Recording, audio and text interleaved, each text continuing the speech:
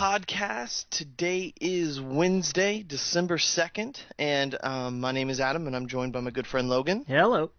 What up? And we are on episode 37, I believe, right? Correct. Just moving right along, yeah, man. So, well, tell me, man, how was your week? I How was was your week good. in being a geek? Yeah, all right. Same old, Yep. Did you see any movies?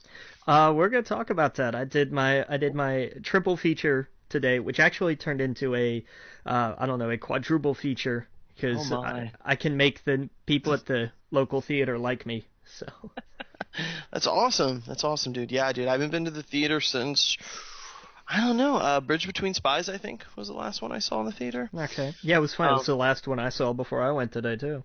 Right, yeah. Not sure what the next one's going to be. I want to see that The Night Before movie.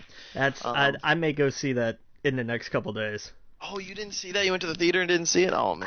I had there were actually a lot of good choices now. Okay. So Yeah, no doubt. There wasn't that much TV this week either. I think we both watched The Flash. Yeah. I caught a little bit of Gotham, but we'll get into that. There's just too much, and I've been more in the video game mood as of late. So I've been diving into some video games, and we'll talk about that. But yeah, that's pretty much all I've been doing. Been playing games. My little brother got a PlayStation as like an early Christmas present, I believe, from his girlfriend. So been helping him out with that, getting him all set up and everything. He's got Destiny and Battlefront, and been playing a little bit with him, a little bit with my friends. But yeah, it's it's been a good week. Nice. Kind of fighting a cold a little bit, so if I sound funny, that's why. Ah. Yep. But yeah, so how was your Thanksgiving? Did you get enough food? Yeah, we had plenty. We went over to a family friend's house, and they have a big family, and it was a whole big thing. It was good. It was Cool. good. Yeah, I went to my mom's, and my brother and a few other people were there, and it was fun. It was a good time. But yeah, I went and saw my aunt and whatnot. So I was stuffed, and I had enough leftovers to. Yeah, I think the next day we made a pot pie out of all the leftovers. Pretty much, we got like a bag of mixed vegetables, onions, and threw all the turkey in it. Nice. But yeah. But yeah, man. So all right, well, we'll get into it. We got a lot of news to talk about. Oh man, where do we start? I guess we'll start with movies. You take the first one here. Okay, yeah. Laurie McDonald, who's a producer on Men in Black 4, she was being interviewed, and she said that the film will feature a prominent woman in black. Mm-hmm. And I thought, okay, that's cool. Yeah. Yeah, I mean, I'll be honest, I have no interest in another Men in Black. No, but... especially after 3, no, pass. Right, exactly. I mean, I really think it's going to hurt him a little bit not to have Will Smith in it. Even though his movies don't do as good as they used to, I still think it's going to take a hit because he's not in it. I mean, prominent woman in black. I wonder who that is. I wonder who they mean by that, but I don't know. No idea. Yep. But we did get some other news, some Aquaman news. We did. Report surfaces. I couldn't help myself. I'm sorry. Right, saying that Ocean Master will be the antagonist in the upcoming film. Which is a logical choice. Right. I mean, wasn't that the antagonist in his animated movie of recent? Wasn't it yeah, it was. Yeah. Okay, so it was based off the comic. Right. The Justice League, where it was Aquaman and what was it? It's like his half brother, right? Yeah, something like that. Right. Okay, so yeah, it's like his half brother who thinks he should be the ruler or something like that. I forget how it goes. It's something along those lines. Yeah, they wrestle over the trident and whatnot. And it is kind of the easy first choice, really. I thought. Right. Yeah, I mean, a lot of people, I guess, were saying they're surprised it wasn't. Was it Black Manta? But that would have been silly, I think. You want a more... It seems like with Ocean Master, it's more personal, more big, more of... he's got like an army, basically, behind him if he wants to. It's a more epic film with that than this guy in a stingray suit. Yeah. That will come. I'm sure Black Manta will play a role in it, kind of like a Boba Fett or something like that. Except he may do something. Right. Hey now, hey now. I kid because Boba never Boba Fett did a actually. lot. He got Han Solo. He Like never he did actually he didn't does say a lot, but he anything. did a lot. What did he do? Name one thing he actually did. He got. What do you mean? How did he He get? tracked down Han Solo. What do you mean?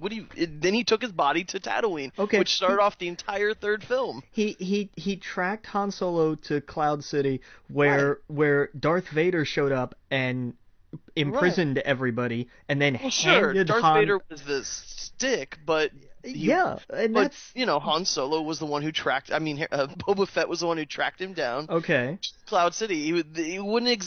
Vader would have never went there if it wasn't for Boba Fett. Okay. Look, I'll argue with you that he didn't do anything. I won't argue with you that he didn't say anything because he didn't say anything. He wasn't that important of a character, but he did.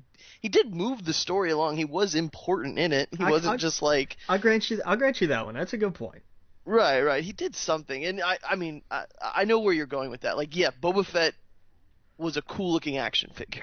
Exactly. And he could have been a better character if they would have done something with him, but they didn't. They gave him a shitty death, and he deserves a lot better. And he deserves a lot better than Episode 2 too. So, I don't know. Hopefully, we'll see a little grain of something in the new films. I think they have to tease it a little bit.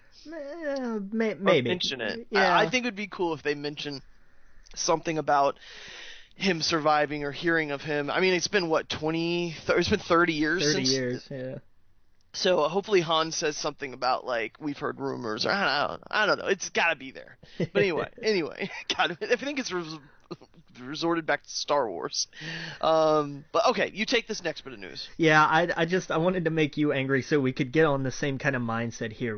Ridley Scott has announced that Alien Covenant, or as I will continue to call it, Why God Why the sequel, is going to be the first of 3 more films that will bridge the gap to the original Alien. So to be clear, there's going to be Prometheus and Alien Covenant, and then a further 2 films, meaning we will have a prequel quadrilogy before the Alien quadrilogy because Ridley Scott hates moviegoers. He doesn't want people to have fun. He wants them to go and watch these god-awful pieces of terrible science fiction on screen because he hates us. He heard our last podcast in particular and said, you know what? Screw this kid in particular. We're going to make him suffer. He's going to have to watch all of these movies. I enjoyed The Martian. The Martian was great. Prometheus was not. But what if this is just as good as The Martian? Then you could say, okay, let's do 2 more after I will happily eat every single one of these words. I would love. I agree with you that the film industry is in the age of making shared universes before they create a picture. Exactly. And that is the problem because if the first picture is garbage, why are we putting all this money and all this time and all this effort into creating a first act? Because that's what they're doing here. Yeah. They're creating a first act. They're not actually creating a film. That's why sometimes when I like to take a break from these big pictures and see a Quentin Tarantino film. Sure. You you're getting one film, and granted, there's Easter eggs to other films, but you're getting a beginning, a middle, and an end. And like for example, the Bastard Eight or what? The Hateful Eight. The Hateful Eight. I'm excited to see that because I want to see a picture which I'm not going to have to worry about, am I going to be dead when I see the end of this like you do with the Avengers and now Star Wars. Star Wars is going to exist until the end of time now with films. Sure. So we're bringing it back to stars. I'm sorry, let's bring it back. I'm in total agreement with you. They should have never announced that. They should have said, we are making another Prometheus movie. Yes, we are making another Alien film, and left it at that. Why would you go out there and go, oh, this is going to be the first of 3 films?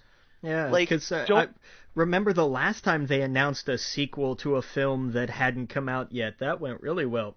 Fantastic Four. Right. There's a phrase my grandfather used, something about a horse, or I don't know, stepping in front of the horse. I can't think of it. Putting the cart before the horse. There you go, putting the cart before the horse. That's what they're doing. Yeah. They're not just putting a film out there. Like, for example, Planet of the Apes. Like, they didn't know how that film was going to do. They put it out there. It did good. They did the second one. It did even better. And now we're working on a trilogy. That's how something should evolve. Exactly. You put it out there. You see what people like. People like it. Let's do another one. Like you said, Fantastic Four, prime example. They were trying to get it all ready, and then now they're quietly, no, we're not going to talk about that. Just slowly Yeah. remove it from our list. Thank God. Sorry. And look, it's like we always say, we want things to be good. I actually want to go to see Alien Covenant and walk out of that saying, you know what? I would personally tweet Ridley Scott an apology for every awful thing I've said about this movie that hasn't even been made yet, if it turns out to be good, because I want it to be good, but it's not going to be. Right. Yeah, no doubt. All right. Well, we got some more news from the WB. Studio reportedly changing Cyborg standalone movie to Teen Titans movie, which I love that idea. Well, but there's still, because the idea of having a Teen Titans TV show on TNT means that there clearly must also be a competing and confusing Teen Titans movie. Well, I think Cyborg is better on a team than he is standalone. I've read some of the Fair enough. The Cyborg.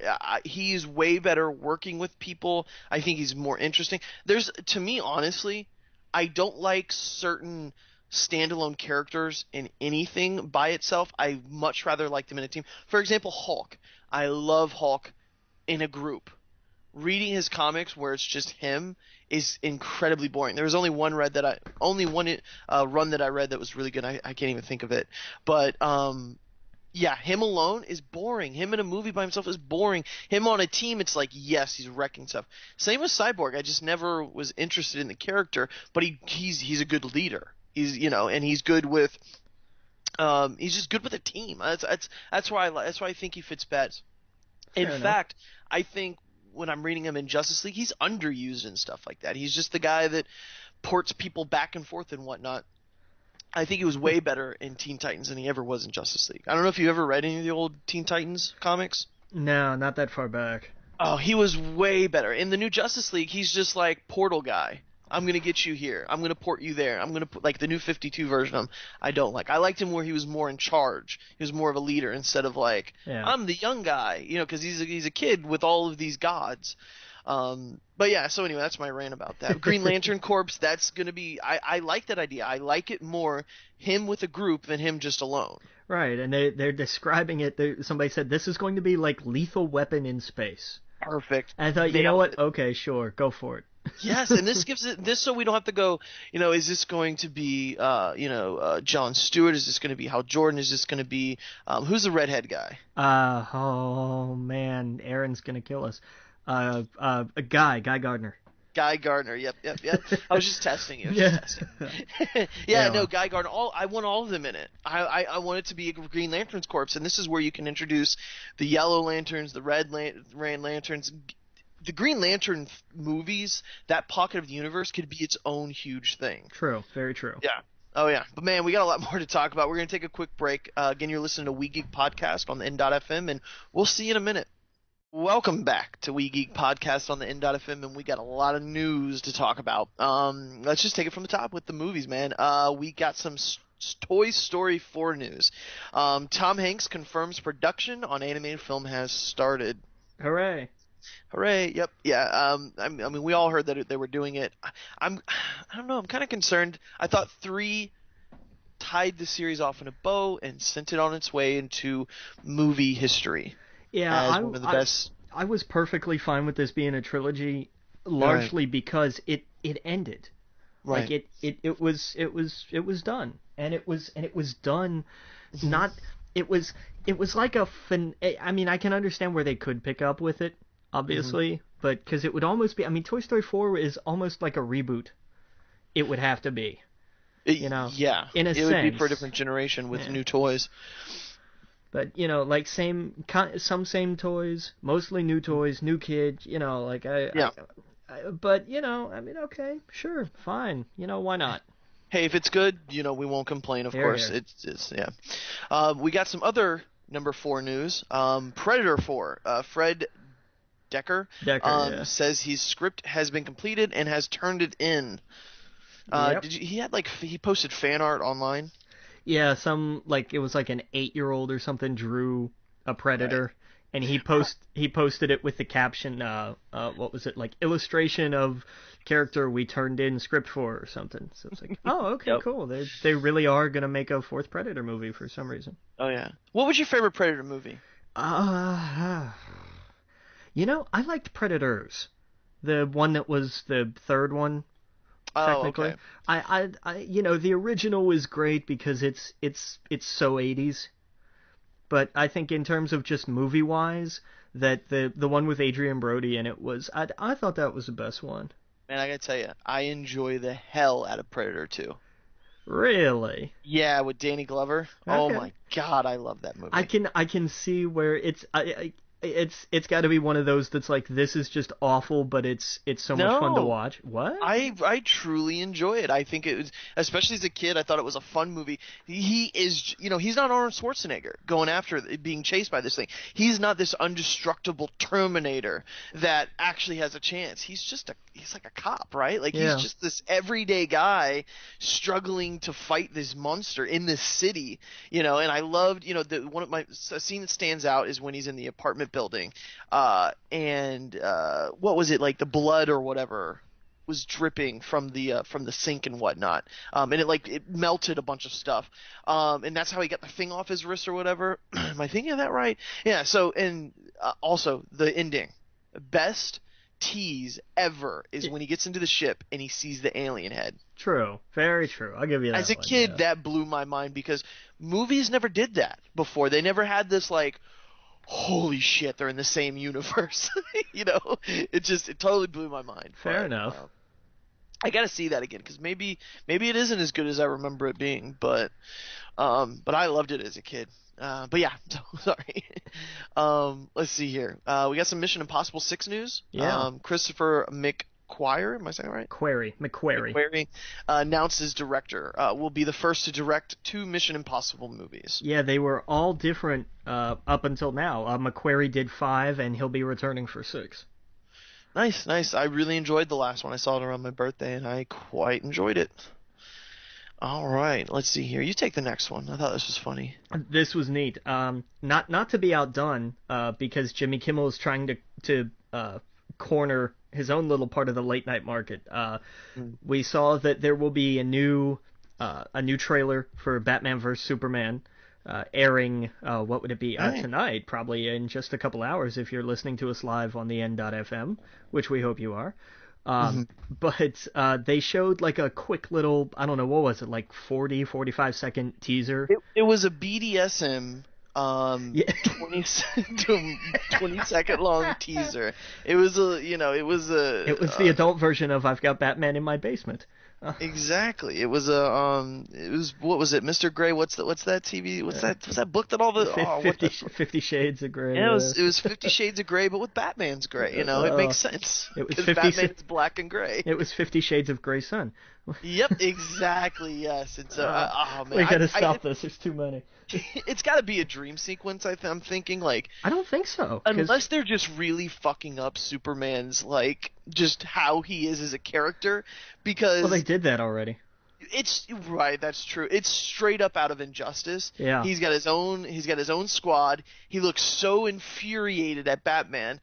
That's not Clark Kent. That's not Superman. That's not how Superman would ever act in a million years unless he's mind controlled or something. Yeah, but remember, this is Zack Snyder doing this. I mean, we've already seen what he did to Superman before, and we know how David Goyer really just doesn't understand this medium or the fans and doesn't care.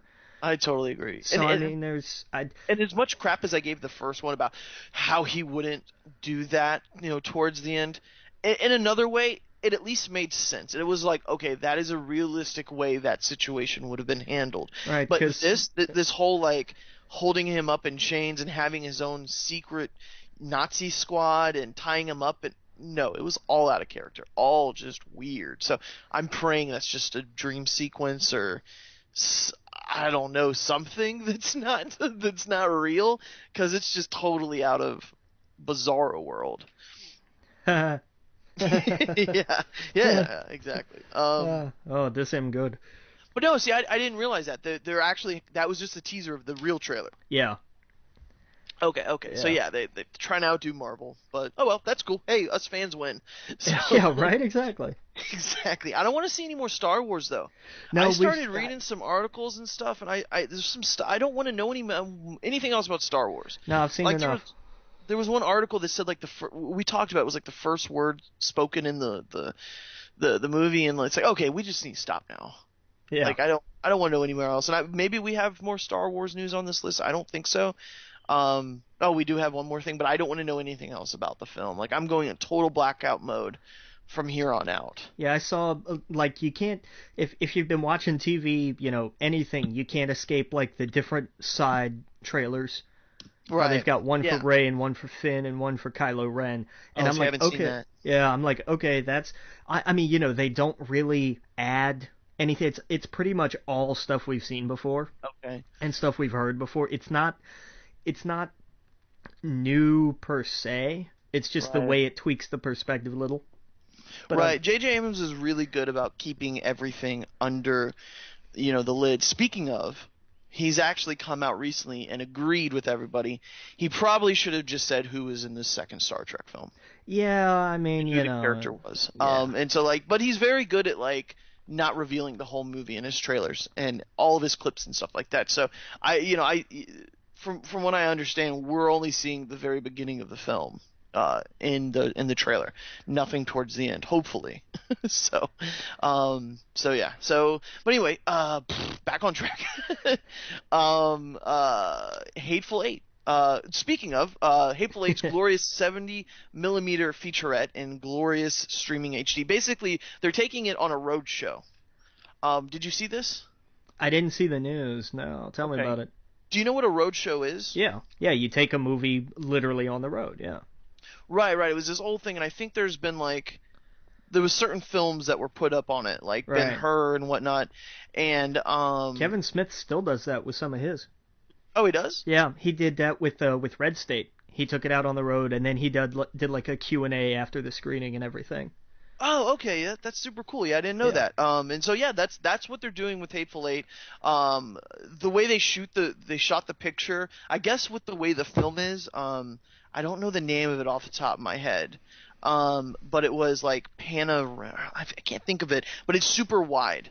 And there's only been like 11 films shot like this. Panavision, maybe? Panavision, that's it. And this is the official 11th one of those things. So when you see the film, you see how wide the shots are and everything, which is really cool because he wanted that old school Western feel to it. Right. So he's taking it on the road. There's going to be like intermissions.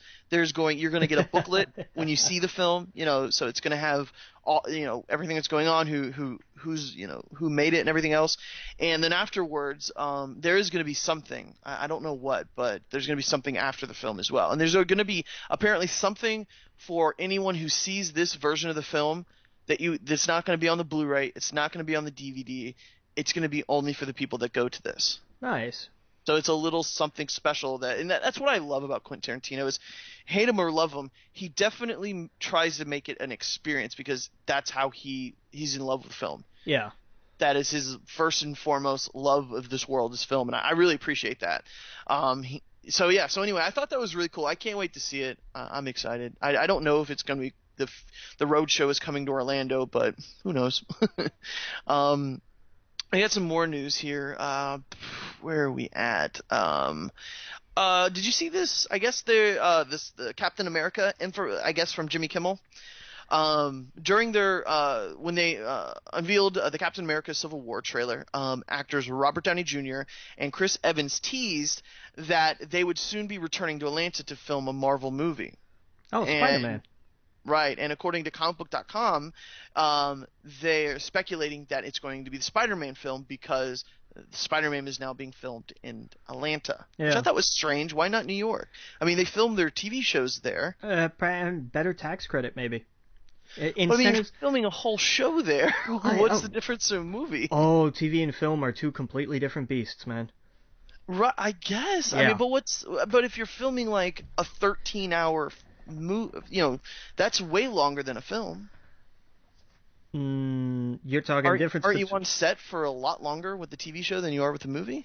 Aren't Aren't you man. renting cameras for longer? Aren't you hiring actors for longer? Aren't you doing a lot more things for 13 hours of actual film? Who knows how much film is cut Right. compared to film, which is a Well, few hours? there's also the idea of how much of this is done in studios too. How much is done on set as opposed to on location. Apparently, like they actually shot. I guess I was listening to a podcast and the Jessica Jones, for example, the guy was saying I know exactly where certain scenes were at because that is actual New York. Oh Like yeah, a that lot of was outside scenes. that was totally on location. But Right. it's the way that there's a whole dig into the business side of things with TV and film, and there's a lot of differences. Right. There's a lot of differences. I mean, you would think, but I mean, films tend to have bigger needs than TV Right. shows, for one thing. When you're filming, when they were filming The Bourne Supremacy, Ultimatum might have been, Okay. whatever the third one was, because I can't, Ultimatum. Ultimatum, thank you. And they had to do all of that stuff in New York. They had to shut down different sections of streets, and this is New York City. You Right. you can't just that takes a ridiculous amount of time and prep and permits and God only knows what else, as opposed to just filming a bunch of people running up and down the sidewalk. Oh, that's true. Big differences. Big Yeah. differences. Okay. Okay. Yeah. No. I thought it was interesting. And So it's cool. and Georgia in particular is trying to be super friendly to the entertainment community. Everything is being filmed in Georgia. Cool. Like Yeah. there, No. yeah. I've noticed that. I mean, your biggest TV shows are shot in Georgia. Yeah. And Yep. movies, like, you can't get away from. I mean, hell, they do Family Feud in Georgia, for God's sake. Right. That is true. That is true. They're trying to get everything. Oh yeah. All right. Well, we'll be back. We got some TV news to talk about when we get back. Again, you're listening to We Geek Podcast on the N.FM. See you in a minute. Welcome back to We Geek Podcast on the N.FM, and there's, I think, one more bit of information for movie, and we'll hop into TV. I thought this was interesting, and I agree with him 100%, but Steven Spielberg was on record for saying, I think the new Star Wars movie could be the biggest movie ever. I wholeheartely agree. Yeah, The- I think the- that's... The merchandising, the hype, the fact that this thing in pre-sale made more than most movies that came out this year in their entire runs, I think kind of speaks to that. Exactly, and I think I've been reading online a lot of people being kind of negative, and not any critics or anyone that actually know in the know, but like some people are like, but this happened during episode 1, and my I guess retort to that is, no, it didn't, because now we have someone, everything we've seen heading up to this has been good, everything they've said has been good. They know what they did wrong. Yeah. And they put it in someone else's hands. Someone's hands who actually cares about the series just as much as we do. Yeah. And they have the power to actually do something about it. And that's what I love. So I know you're praying for it. I'm praying for it. I hope it knocks it out of the park. And it sets, it makes up for some of the mistakes that happened in the past. And so we can all move forward. It's therapy, group therapy for Star Wars fans. Here. Yep. So, all right. Well, we got some TV news to talk about. Legends of Tomorrow. Sources claim that the show will feature a rotating cast each season, and drumroll please, Constantine will join season 2. Yes. I love this idea. I love that it's a rotating cast because that's amazing. So that's just like comic books. Yeah.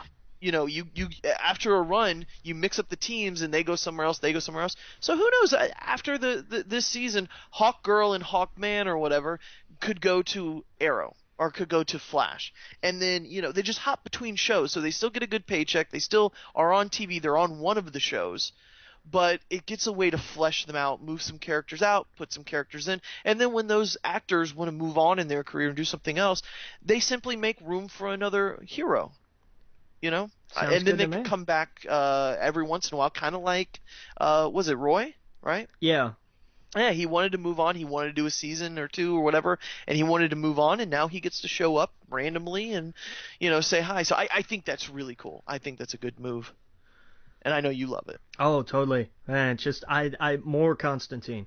Absolutely. I was bummed that that show was canceled, but I'm now glad it was canceled because the fans kind of rallied when they saw he was going to be on Arrow, and it kind of reignited, like, oh yeah, we really love this character. We didn't really like the show, but we love the character.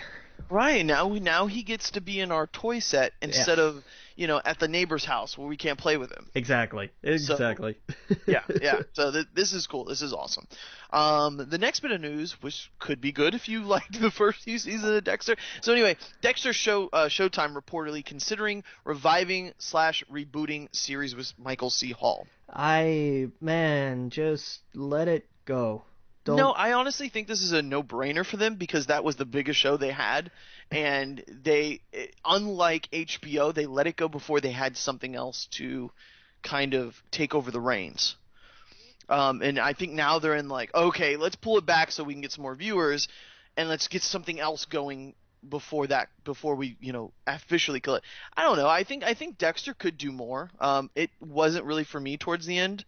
I hope they do something different. I hope they change it up in a dramatic of enough way for it not to be the same formula, if that makes sense. Yeah, but and I mean, Michael C. Hall knocks that out of the park. I think. Michael C. Hall was great. My problem was never with the acting from anybody, really. Right. And yes, anybody. But there were. Man, I don't know. I mean, I hated it. I hated it at the end. I did. Yeah, I thought it was lame. I mean, he's a lumberjack and he's okay. He sleeps all night and he works all day. That's fine. But just just no. Yeah, I was watching it with a friend, and she's like, "So put on the next episode," and I'm like, "No, that's it." And she's like, "No, like the finale was tonight, so this has got to be the one before it." I was like, "No, that's it. Like that's it." And she was like, "Fuck this!" Like she was not happy. Oh my god. I mean, I was whatever by it because by the last few seasons I was whatever anyway. I was like, okay, let's just finish this and move on with our lives because it drained a little bit. So I hope whatever they do, they just change the format a little bit. And I don't want it to be a lumberjack or anything, but I don't know, somewhere else maybe. I don't know. Just I mean, there's I don't know. Put them in California or something close to Miami, but not. I don't know. Be it around celebrities. Who knows? I don't know. All right, so I'll let you take this one. I love every week, man. It's our weekly Mystery Science Theater 3000 update. Yep. They've hit 3.5 million on their crowdfunding. They're trying to get to 5.5 million, so they're over halfway. They hit at the 3.3 million mark was their goal to make 6 new episodes. So they're just over that. And joining the cast, they've announced everybody else except for the new evil henchman. And they have decided, because these people are brilliant, that it's going to be Patton Oswalt. Perfect. I love it. I absolutely love it. Felicia Day and Patton Oswalt are the new Mads, and I could just not be more thrilled. Yeah, I think it's super smart of them to hold back some information just to, because of course they got to pay these big celebrities. I think it's, they hit the 3 million mark. Now we can have Patton Oswalt released as this is who it is. You know what I mean? Yeah. And I think that's super smart. If they hit 5 million, maybe they'll have another surprise for everyone in store. Like, oh, by the way, one more thing. I think that's super cool. I loved how they did that. It's really smart. This will hit 5 million. I have no doubt about it. That's good. We got to hit 5.5 though. Oh, 5.5? 5.5 for 12 episodes. And they have, for everybody who's wondering, like, it's 12 episodes of a TV show based on making fun of old movies. How does it need 5.5 million? Go to their Kickstarter page. They've got it broken down in like 3 different graphs and lists. Like they have it all split out so that it's like, hey, this is what goes to the Kickstarter fees. This goes to props. This goes to, a lot of it goes to startup costs because they have to build everything. Once they get the sets, but those are one-time costs. Right. It's like buying a refrigerator as opposed to an electric bill, Right. Oh yeah. So but they've got it all broken down, and it's totally worth it, and you should all go do that right now. We just need one super rich person to be into this, to get wind of it and go, oh, okay, I think I won't go to the Hamptons this year. Boop, done. This is why I want to win the lottery. See, Because I would do oh so, my I would love to God. do so many things like these. Just pick up the phone. Hi, can I get Joel Hodgson, please? Sure. Right, Hi, Joel. You don't know me, but I recently won the lottery, and I see your project needs some money. right. Can you just put me in the credits as supreme being watching over the universe of terrible movies? We'll call it even. What do you say? Right, exactly. Yeah, no, I'd call who is it? Hastings, the Netflix guy. I'd be like, hey, what do you need to get Firefly off the ground? Just tell me what you need, I'll write the check. Exactly. Yeah. Yeah, exactly. All right, man. Okay, so let's move along. We got some Rambo news. Yeah, this came out of nowhere. TV series titled Rambo: New Blood in development at Fox will center around Rambo and his son, Jr. Stallone attached to executive producer, but not officially announced to reprise the role. Yeah. He's gotta be in it, right? I mean, I guess they Well, could just recast his character. I mean, if they're gonna do Old Man Rambo, why not get the original Rambo, who's an old man now? Yeah, no, I agree. I think they're probably wrestling around with costs and everything else, and Sure. that I think will all depend. Oh, you want to be direct and or produce? Okay, well you got to pay me now for starring it. That's probably I don't know, but that's something no one asked for, but okay. It seems like a lot recently with Yeah. with him. Yeah, but I mean, I don't know. This could work. I guess. Yeah, Maybe. yeah. I mean, yeah. We got some Doctor Who news. Yeah, you go ahead and say you got the scoop on this. I missed this news this week. Well, there's a few things. First of all, they have the name for the Christmas episode. It's called The Husbands of River's Song. Yes. He's apparently going to get a new sonic screwdriver in it. It's about time. And yep, the big news is that Peter Jackson will be directing an episode for next year. I'm with what you said at one point when we first brought this news up. When you said they're gonna do it's gonna turn into a giant production and they're gonna take the whole thing. What did you say? Yeah, no, he's probably going to take it to New Zealand. It's going to be a 3-hour-long epic, and you'll probably get a few different doctors in it, and it's, they'll probably call Elijah Woods for a few scenes and reprise his role, and he's just going to look at the screen and go, Gandalf, it's just going to turn into that. It's going to turn into a long, but who knows? I mean, we all know Peter Jackson's a huge fan of it, and this has kind of been in the works for a while, right? They've wanted this for a while. This has been the fantasy match that everybody has said, it would be really, really, really awesome. And so it's finally happened. An interesting note in the little humorous video that they had where they made this announcement. There's Peter sitting at his table polishing all of his different Academy Awards. On the table in front of him is a book, and it's full of little post-its. Just to say, oh, well, this is important, that's important, this page, that page, this chapter. It's the Silmarillion. Oh, so, wow. I'm wondering if that's just them having fun with people, which I think is what it is. I didn't see that. Oh, I love it. It's a great little Easter egg, and I'm pretty sure it's just that. They threw that in there just to be funny. But, I don't know. They like their money. Yeah, but I mean, I don't know. I mean, I guarantee. No, okay. Those movies make a lot of money. I guarantee you, someone over there is like, okay, so what else does he have? And there's other books, right? And they're like, oh, well, there's this. But Silmarillion's not. I didn't read it, but from what I understand, it's not like Lord of the Rings. It's just like a telling of history. I will give you one phrase. An army of Balrogs. That's what you get in the Silmarillion. Okay. That's the kind of thing you get. So just stick that picture in your head for a minute. How much would that cost as a CGI effect? Seriously. That'd be huge. I mean, they could do it though. I mean, I think we're in the age of CGI is nothing. We have the Flash. Yeah, but I mean, 10 years ago that would have been impossible to do on TV. Yeah, but your scientists spent so much time thinking about whether or not they could, they didn't stop to think about whether or not they should. You know. Right, yeah. No, I don't know. So you read the Silmarillion? Bits and pieces. It's Oh, a okay. little.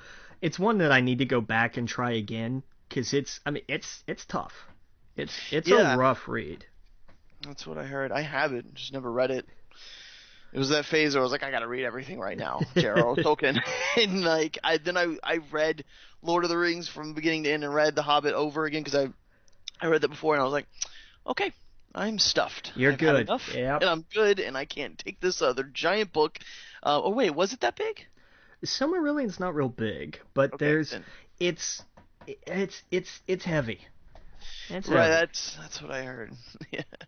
Well, it's the story, because it starts with creation, and it rolls from there, and it's Wow. oh yeah, like it's the music in the beginning and so on, and I just it's worth it if you can get through it, but Right. it's a long road to hoe. It really is. All right, all right. Well, when we get back, I think we have like just a few more things to talk about TV, and then we're gonna get in some video game news, and then we're gonna give you our PlayStation X. What would you call it? Like, um, Predictions. predictions? Yeah, we're gonna do our predictions for the PlayStation experience. So we'll see you in a few minutes. Again, you're listening to We Geek Podcast on the N.FM. See you in a minute. Welcome back to We Geek Podcast on the N.FM, and we got just a little bit of TV news to talk about. Not real much, actually. Just a few things were renewed. Basically, Star Wars Rebels renewed for a third season. Okay. Everyone saw that coming. And Supergirl has been picked up for an additional 7 episodes, giving the Supergirl a full season of 20. That's interesting though. Usually it's that you get the back 9, so you Right. go up to 22. It's interesting they got 7. Well, didn't they cut one or something? They're No, they just bumped it a week, or they switched it, is what they did. Oh, okay. Yeah. Gotcha. Yeah, I didn't see this week. I remember the Red Tornado or someone's going to be on it. Yeah, that was this week.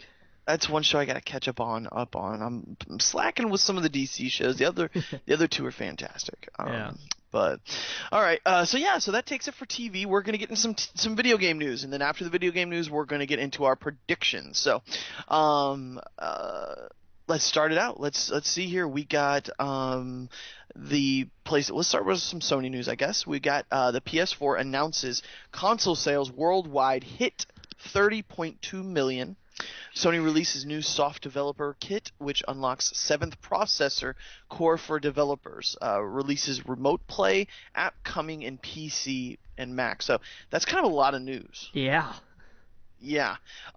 So I guess what I was reading is that they buried the kind of announcement in an update for the audio tool, that they basically silently said, "Oh, by the way, we're unlocking one of the cores to be used for the console." So that's cool. I mean, that means the games are probably going to run a little bit better, look a little nicer. And apparently, if you're playing Just Cause 3, this is good news. Yeah. Oh man, I hear it's really bad on PlayStation and Xbox. Yeah. Yeah, I heard it's great on PC, but PCs can handle it. Yeah. Yeah, I heard the one load time was 20 minutes for somebody. Yeah, I hope they fix that. However, they fix that, because that was a game that everybody looked at and they were like, excellent. Like, if we're gonna do Just Cause 2 on steroids, like, that's gonna be amazing. And it turns out, yeah, there's a problem when you do steroids. Yep. Oh yeah. And that game looks super fun. There's one thing that I heard about it that really turned me off, though, is that there's no co-op. Really? Which kind of sucks. You want co-op in a game like that, where you're just like, I don't think here, there was in Just Cause 2 either, though. No, it wasn't. No, that's what I mean. Like, I want co-op in that kind of game where it's like all chaos, but I want a friend there to like have chaos with, where we're blowing stuff up, we're sending things across the map. I don't know. I guess. I don't know. It looks fun for a big sandbox game. It definitely. Yeah. I like what they're doing. You know, a lot of these sandbox games, like Saints Row, they realize that Grand Theft Auto is going to be kind of the king on a pedestal where it does story and stuff like that. Where these guys are like, let's just have fun. Exactly. Let's just go crazy, and I like that, and I want them to embrace that. And I think it's cool. I think it's good. My buddy got it. I told me, hey, let me know how it is. Let me know after a patch or two what it's like. I might pick it up. Yeah. But I'm in like I don't know. I've been wanting to play like a lot of older games for some reason. We'll get all to that in a little bit. Um, yeah, we also got some other Sony news. Sony Santa Monica, which I believe they did God of War. Yeah. Studio releases teaser for for an upcoming project, which doesn't look anything like God of War. No, but they could throw a curveball here and there. They Who could knows? totally. Now I've heard some rumors, and from what I understand, well, some of the rumors were that they've been working on two projects. So one of them, of course, could be God of War. One of them could be this dancing thing or whatever. And of course, it could, of course, be like a total curveball. But another one, I thought this bit of information would be interesting. We've seen God of War done to death with that mythology. That rumor is the next God of War type game might still have Kratos or whatever, but the gods themselves would be Norse gods he's going against, and so it opens up a whole nother part of the world. The Norse pantheon is ripe for that kind of brutality and bloodshed. It would be it's the next perfect choice. Like Thor is this huge franchise right now that everyone knows a lot of that stuff, Odin and whatnot. It's perfect. Yeah. When do you think they're going to go against Jesus? I'm just kidding. No, but you got to wonder, like, they're starting to go against all these guys. They're going to probably start stepping on toes, right? Well, I think that's why they stay away from modern theologies. Right. Like right, yeah. I think that's where you can do with the legends, because the legends, ancient civilizations, ancient cultures. I say ancient. The Norse weren't really ancient, but they were built on being warriors. Aren't there still people out there that worship that, though? Sure. Oh yeah. Right. Yeah, I don't know. I don't want to get anywhere near. It's not day. It's not the same as it was back in the day, though. We're Right, not having drinking contests in the mead halls in the name of Odin. It's a whole. Oh man, that would be so cool. I want that God of War game. Yeah. That would. Oh yeah. It would be interesting, and I would be just fine if they decided to just rip off the original God of War story with a different protagonist and set it against the Norse gods. I'd be fine with that. That works for me. Yeah. Absolutely, man. One can dream. We got some other news here. WB Games Montreal company posts job listings to work on two big budget games that are focused on expanding the DC Comics universe in the interactive space. So, what do you think that is? Remember a couple months ago we saw some leaked concept art for Superman? Mm-hmm. I think it's a Superman game. At least I think one of these is a Superman game, and one of these could be another Batman game in some aspect. I doubt it. Think? What do you think? I think you're right. Superman, one of them. I think the other one would be perfect because of the movie coming out, Suicide Squad. I would be down with that. That works for me. Yeah, have it like, you have all these different characters you can choose from.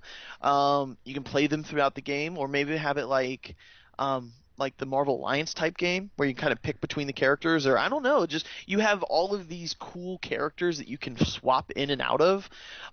You can be Harley Quinn for this mission, or you can be Crocodile, or what is his name? Crocodile. Oh my God, Killer Croc, man. Killer Croc, Crocodile man. Jesus, what's wrong with me? Yeah, no, like you can be these cool different characters. It doesn't have to be based off the movies or anything. It can just be the comic book versions of them, but it would be a Suicide Squad game. Now, we haven't seen that. We've never gone anywhere near that, and I think that would be cool, and that would be different. That would be interesting. I was thinking maybe they take another crack at Green Lantern. Yeah, I would be down for a Green Lantern game, and his light constructs, and oh my God, how many teases are we going to get in Arrow? Oh man, that Dr. Light stuff, it's a light construct. Oh my God. Yeah. So anyway, WB Montreal. So just hopefully when they make the game this time, it's not broken when it's shipped. Yeah. Well, that was just PC, Yeah, that's true, but that's big. That's still no excuse. There's still no excuse. That's the one console you would think it would work on. Right? Yeah, it was a bit odd. It was funny to see some of the PC, the try and true PC, the ones who, what they call themselves, the master race or The whatever. PC Master Race, yeah. The PC master. It was funny to see their YouTube channels trying to give reason to why that was happening, and this has happened a million times on PlayStation and Xbox, but never on us.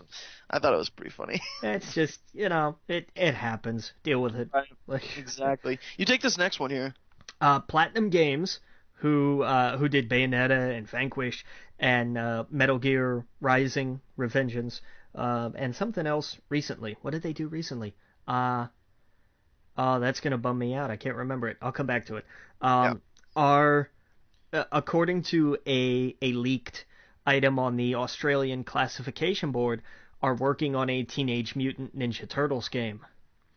Oh wow. That could be interesting. Didn't they do the last one? I don't know. Did they? Yeah, they did. Okay, so is this the game they're working on? TMNT Mutants in Manhattan? I don't It know. That says doesn't. from 2016 for PlayStation 3, PlayStation 4, Xbox 360, and Xbox One. Possibly. I hadn't. Platinum Games, they did Star Fox for the Wii U. Right. Transformers Devastation, Right. Project Guard, Legend of Korra. That no. What's the one I'm trying to think of that they did? Bayonetta 2, The Wonderful 101, Metal Gear Rising. Something else recently. No, Star Fox Zero. That might have been it. There was one that was like really weird. I was like, they're working on this? Nier Automata? That's it. Automata. Yeah, they're working on the new Nier game. That's it. Right. I thought Yeah, I guess that's it's called bizarre. Mutants in Manhattan. That's what they have in Wikipedia, so, I mean, who knows if that's true or not, but it makes sense. Mutants in Manhattan, it's a sensible title. Yeah. You take the next one, too. And Capcom, speaking of other franchises, Capcom has registered a trademark for Onimusha, which means they may be working on another game in the series. They may be doing an HD remaster. Either way, that would be cool. That was a fun series. I would love to see more of them. Nice. Yeah, I never got into that. I see that, this guy looks like an actor in the series. Yeah. What's his name? Yeah, it is. It's exactly who you think it is, but I can't remember his name. Yeah, he was in what, The Professional or the I don't know. Jean Reno. Yes. It's French. That's it. And it is, Cool. yes, it is him. That's right. Oh, that's cool. Yeah, I never got into that series. We got wait, what? Yeah, you're reading it right. You take it because I don't understand. Yeah, I don't know why, but okay. This week on PlayStation Network, Grand Theft Auto San Andreas was released for PlayStation 3. Okay. I don't know why. I'm all right. I'm unsure as to. I mean, they released the PS2 version. Like, you could buy the PS2 game to play on your PS3. So I'm guessing they brought over the one they did for 360, like the slightly updated graphics and whatnot, and trophies and all that stuff. They're bringing to PlayStation 3. What? I don't know why 3 and not 4. You could get the new one. I think you could get it for like what, $25 or $30. Yeah, 5 is cheap now because it's been a couple years. Yeah, it's been a few years now. It's been what, 3 at least? I think 3. Yeah, that sounds about right. Yeah, San Andreas. I mean, I guess you can get San Andreas on your phone, so why not put it on the PS3? But why I don't know. Like, who put work into that? I don't know. That's odd. Yeah, no, I don't know why they'd be spending their time on that. Did you see that Mortal Kombat X teases image announcement of new character DLC to be announced at Game Awards? Yeah, they did say that they're going to do new DLC early 2016. Mm-hmm. So this would make sense. Like, hey, next month, my money's on Rain. I think it's going to be Rain. Oh, that would be cool. He was always my favorite because I was the weird one. Everybody was like, you have to pick a ninja, and I was like, Rain. And they're like, who? The purple guy. Oh, yeah. Well, isn't he in it? Yeah, he's in it, but he's not playable. Right, that makes sense. That's why I think it's going to be him. Yeah. Well, oh yeah, I saw that you can stream Xbox One games to Microsoft HoloLens. I thought that was pretty cool. To the HoloLens stuff. Okay, sure. Yeah, Why not? What am I talking about? Yeah. You could call them Halo lenses if that's what you're playing. Yeah, that's true. Well, hey, we're gonna take a break. When we get back, we're gonna do our predictions for PlayStation Experience, and we'll see you in a minute. Again, you're listening to We Geek Podcast on the N.FM. See you in a minute. Welcome back to We Geek Podcast on the N.FM, and sorry, I had a hiccup there for a second. I had to mute myself. But yeah, so we are going to do our prediction part of the show. Now, we got PlayStation Experience coming up this weekend. We also have the Game Awards. Yeah, they're tomorrow, right? The right, 3rd, yeah. So things will be shown, and we can all, I mean, if you want to kind of bundle it all together, what we'll hear this week in PlayStation news, I mean, we can kind of stick to just the PlayStation Experience, but, you know, I'm curious what your predictions are for what's going to happen. There's one on here that might be too easy, I might have to change, but we'll make that decision when we get to it. Let me know if it's too easy of a prediction. Okay. What I want us to do is to predict things that are not,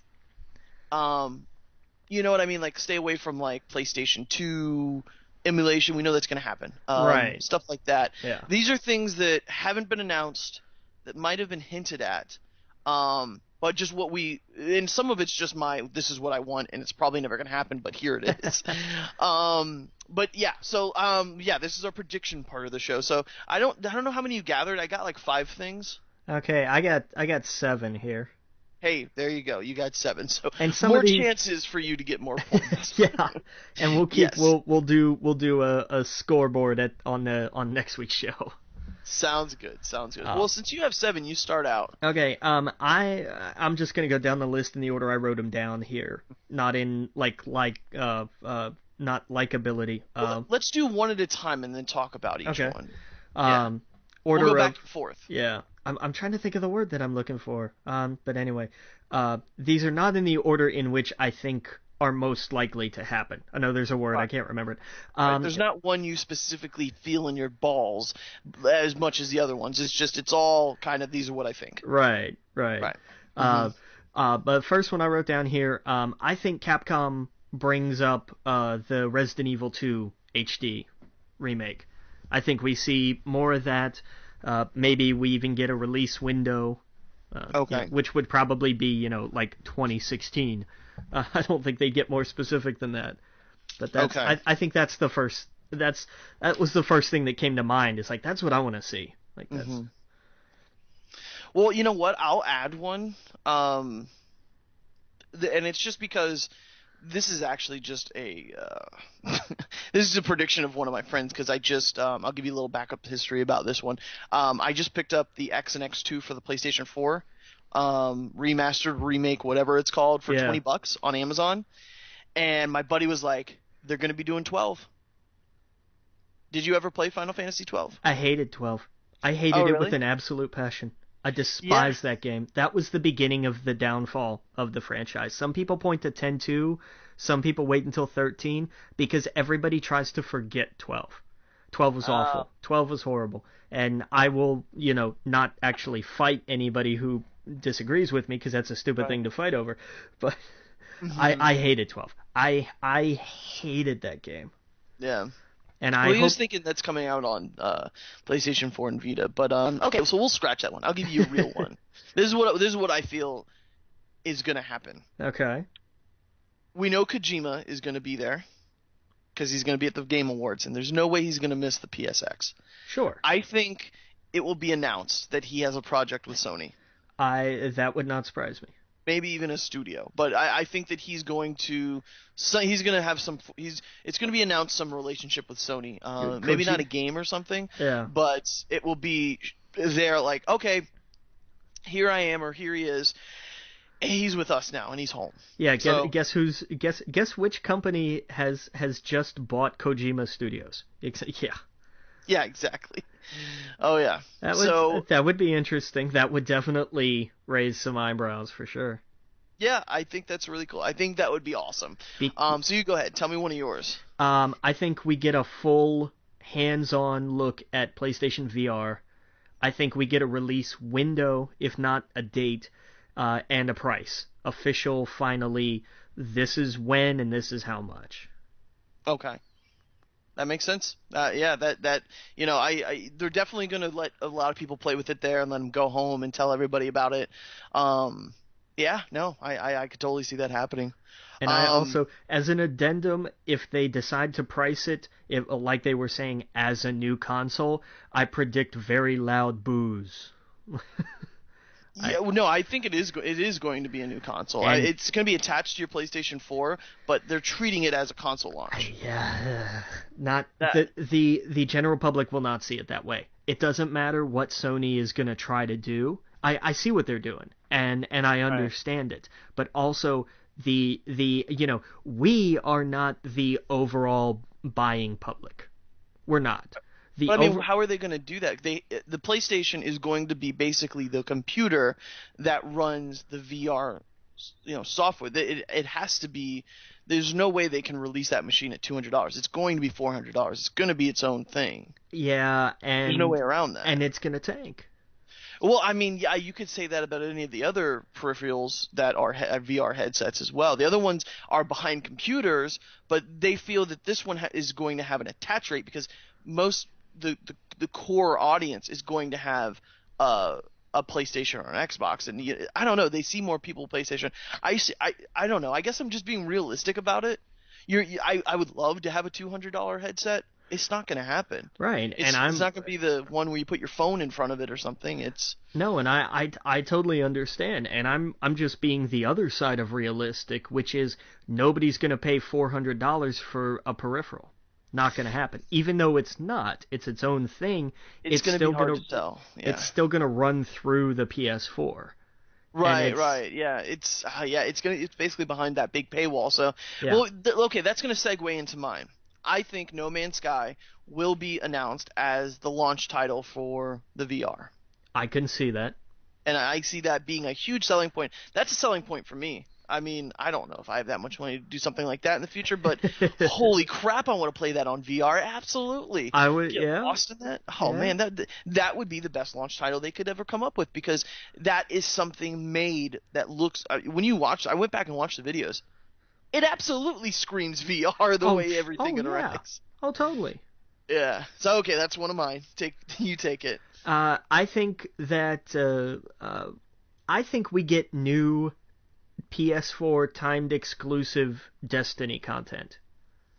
Oh, okay, so a Destiny announcement. Yeah, not like a big next expansion thing, but just another thing of hey, in our continuing partnership with PlayStation, blah blah blah, here's whatever, Okay. Well, here this one will be mine. Since you had 7, this will be my extra one. I think they are going to talk about Destiny 2 that's coming out next year. Really? Yeah, September of next year or Christmas holiday next year, I think. They will come out and say Destiny 2, here's what's in the works, here's what we're working on, and show you maybe just a little bit of it, or at least just, this is what we're doing. Because right now they just released this mode, challenge mode or whatever. It's not going to cut it. All of my friends who play Destiny that play hardcore Destiny, none of them are playing it right now. We're all on Fallout. We're all on Battlefront. We're all playing everything else. And I see this. I log into Destiny. The only people I see log into Destiny are the ones that me and my friends that are there to do something on. No one else. Yeah. It is a dire need for them to come out and say, "Hold on, guys, we're coming. This is what we're doing." That's what I think. So it's kind of like yours. So yours is little content. I think they're gonna say Destiny 2. Yeah, you went a little bigger than I did.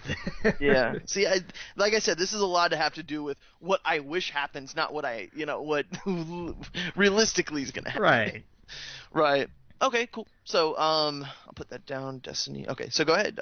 You take another one. I think we get more info about PlayStation View, about their whole cable TV service. Oh, I think probably going to happen, unfortunately. I think we hear new channels. I think we hear about a broader coverage area. They're going to start moving out of their test areas and expanding. I feel bad for the guy that has to come out on stage and talk about TV.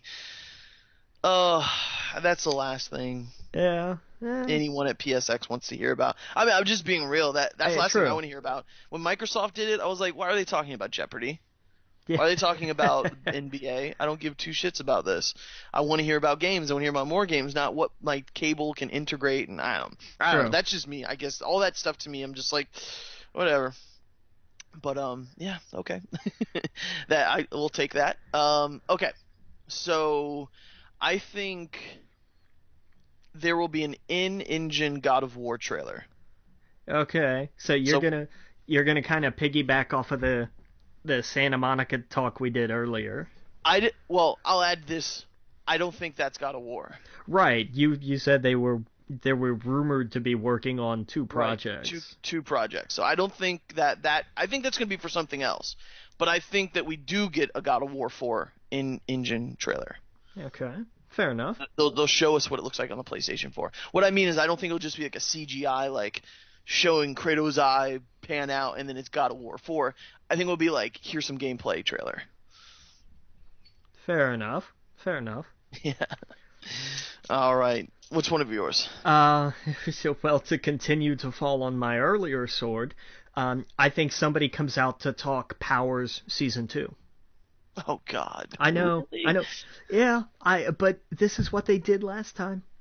They spent way too much. I mean, they brought Bendis out to really talk about... No, they didn't do that at PSX. But they did it at E3 or whatever. They did something about Powers at PSX last time.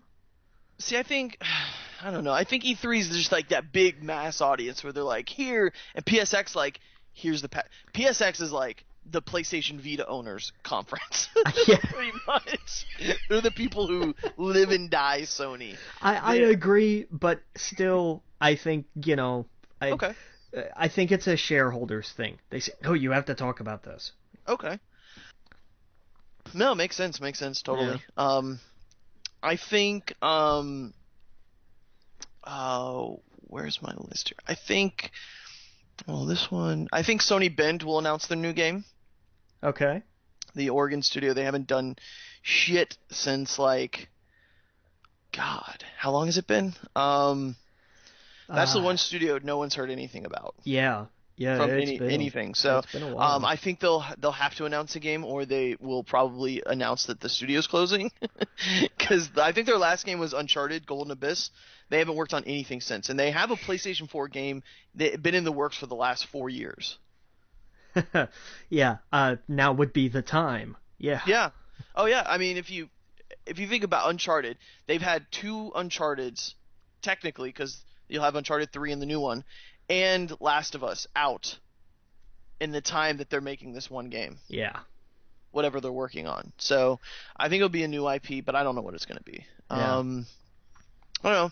I got one more, but you go ahead and take the next one. I got my last one here. Okay. Is that I think we get a bigger look at the Final Fantasy VII remake. Oh, that would be cool. That's my cherry on top of the cake right there. Yes. That would be good. My last one is, and this one was the one I think was kind of a given. I think they're going to just tease Last of Us 2. I think at the end of the Uncharted, which I hope they don't show a lot of, but I hope they put up Uncharted. They do all that stuff. They show everybody Uncharted. They show some multiplayer or whatever. And then at the very end, they say one more thing or whatever. And they go, boom, and it's Last of Us 2. I don't think it's going to be any sort of gameplay or anything like that. I think they'll show Last of Us 2. They're just going to announce it. Yeah. Announce it. Exactly. Yeah, fair enough. But yeah. So that's our predictions. You'll have to send me yours, and I'll send you mine, and we'll get them all together so we can figure it out. And next week we'll talk about what we got right. I'm sure I got a lot wrong. There's basically just what I want to happen, and what I think's going to happen. Looking at all the stuff that should happen. Like a lot of the studios, they just haven't. That's the one. Okay, we're out of time, so I'll be right back. We're going to take a quick break and come back. We'll talk just a little bit more about video games, and we'll get into comics. So again, you're listening to We Geek Podcast on the N.FM. See you in a minute. Welcome back to We Geek Podcast on the N.FM. And before we get into our talk about Daredevil, I kind of want to talk about the last thing. Like, it has been surprising that Sony has had no first party, titles this year. Maybe a few, maybe like one or two, actually developed by Sony. Um, that's come out. Everything is next year, right? Yeah.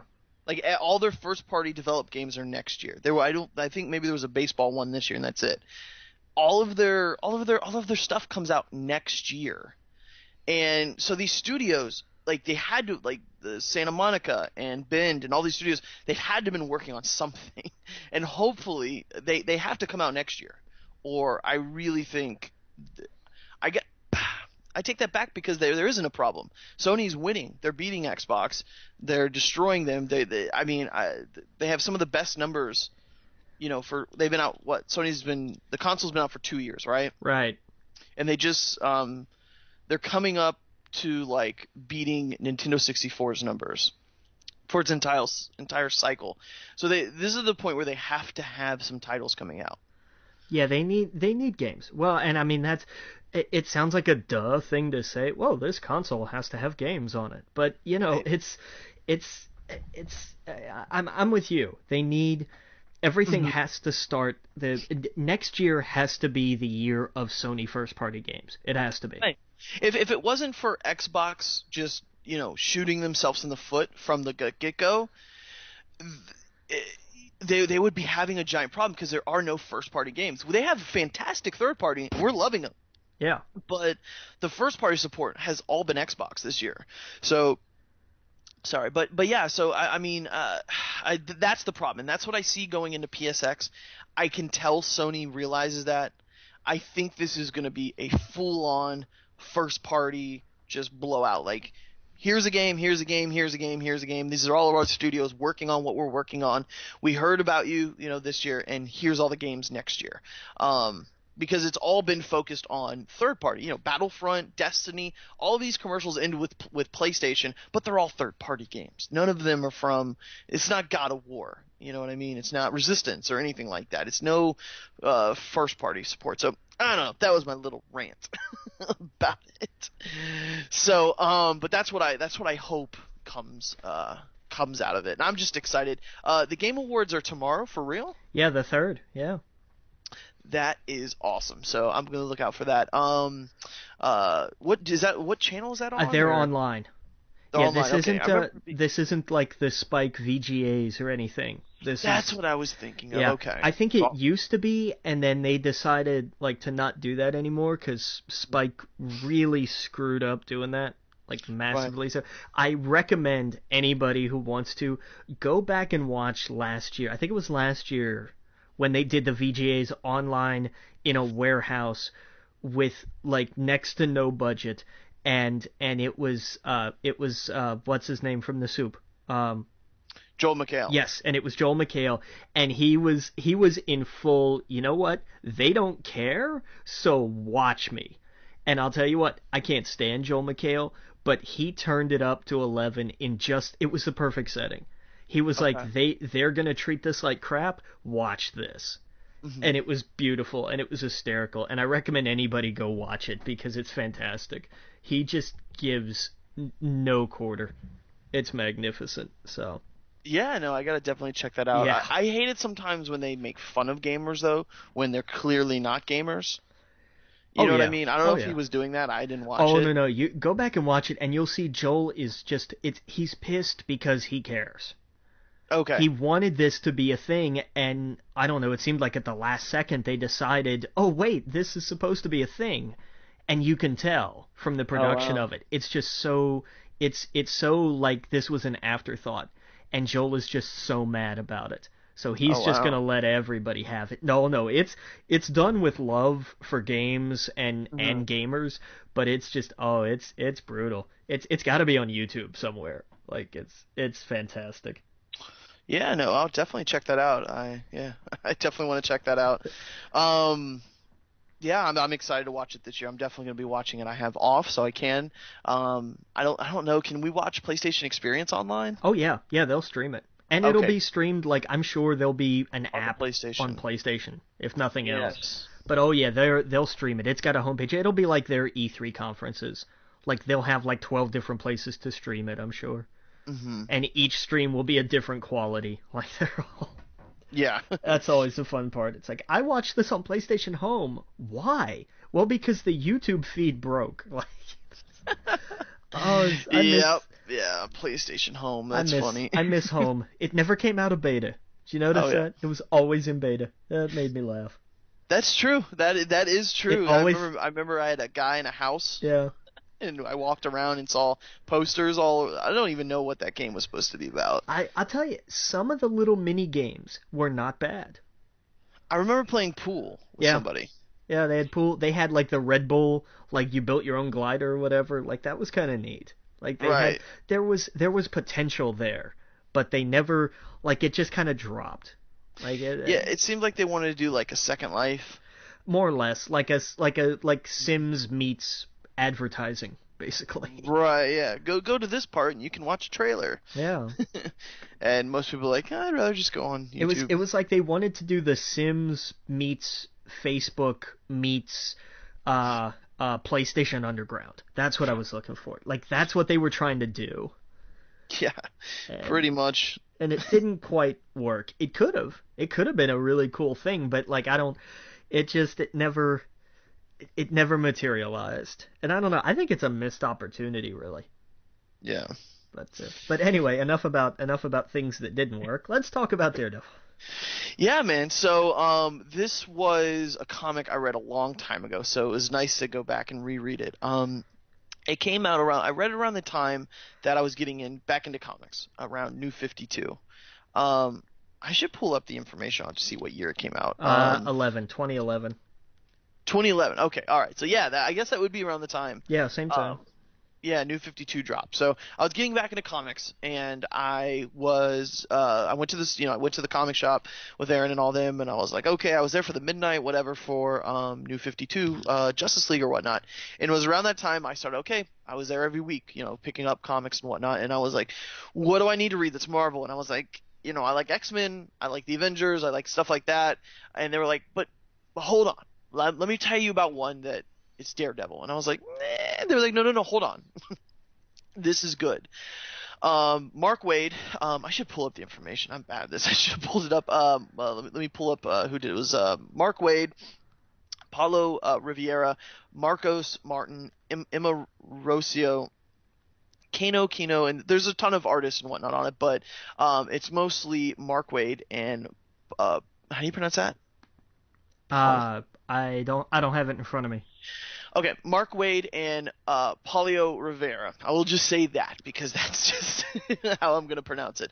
So the first thing that I really liked right off the bat, that caught my eye the first time I read it, and now, is the art is beautiful. It is. It really is. And for a book about a blind guy, I didn't expect it to pop the way it did. The art. And it was just fun. And for example, all the Daredevil I read before this, like I read Kevin Smith's run, I believe I read some of Frank Miller's, the cornerstone of Daredevil. That's what everyone goes to. They're like, you got to read Kevin Smith, you got to read Frank Miller. Yeah. And this was a breath of fresh air. This was Daredevil happy, which is odd. Yeah. He's always been dark. He's always been brooding. He's always kind of been the Batman of the Marvel Universe in a way where he is because of Frank Miller. He's gritty and apparently Brian Michael Bendis has a fantastic run on him too. And I think that's what this is coming out of, Brian Michael Bendis' run. But it was so dark, it was so brooding. Daredevil is kicked constantly to the ground. Anytime he thinks he gets up, he got knocked down. And this was, it opens up in the first issue where he's at a wedding, and he fights this guy that like goes into the ground like holes or whatnot. It's the Spot. I love the Spot. Spot. He was a great Spider-Man villain. I love the hell out of him. Oh yeah, absolutely. And he kisses the bride and just he's smiling the whole time, and it's just that kind of just sets up what this comic is all about.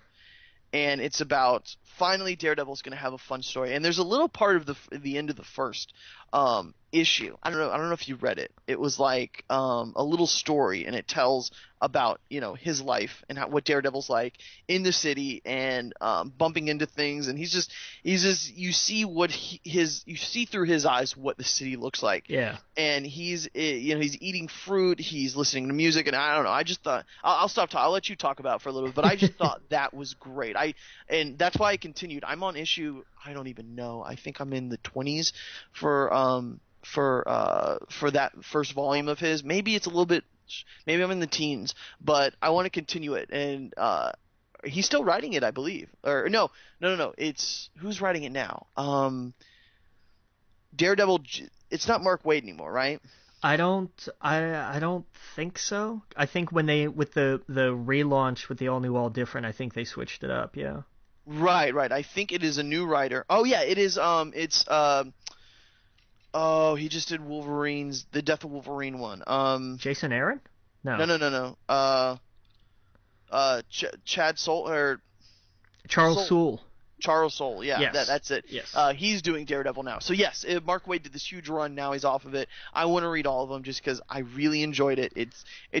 It caught my attention the whole time. So what did you think about it? It was an interesting Daredevil book. I was kind of the same way of like, Daredevil, I don't know. And then you kept talking about this, and finally you made me read it this week. And I'm glad you did, because it was a really fun, really enjoyable book. Oh yeah. A huge.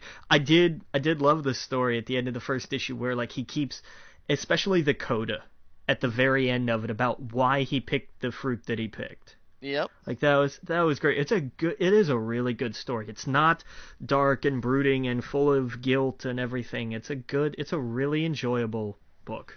Oh yeah, I loved his interaction with Cap. Yes. And he hands a shield back and he's like, "That's amazing." By the way, I love that highlight of my day. That was that was so fantastic. Oh yeah. It was good. I really enjoyed it.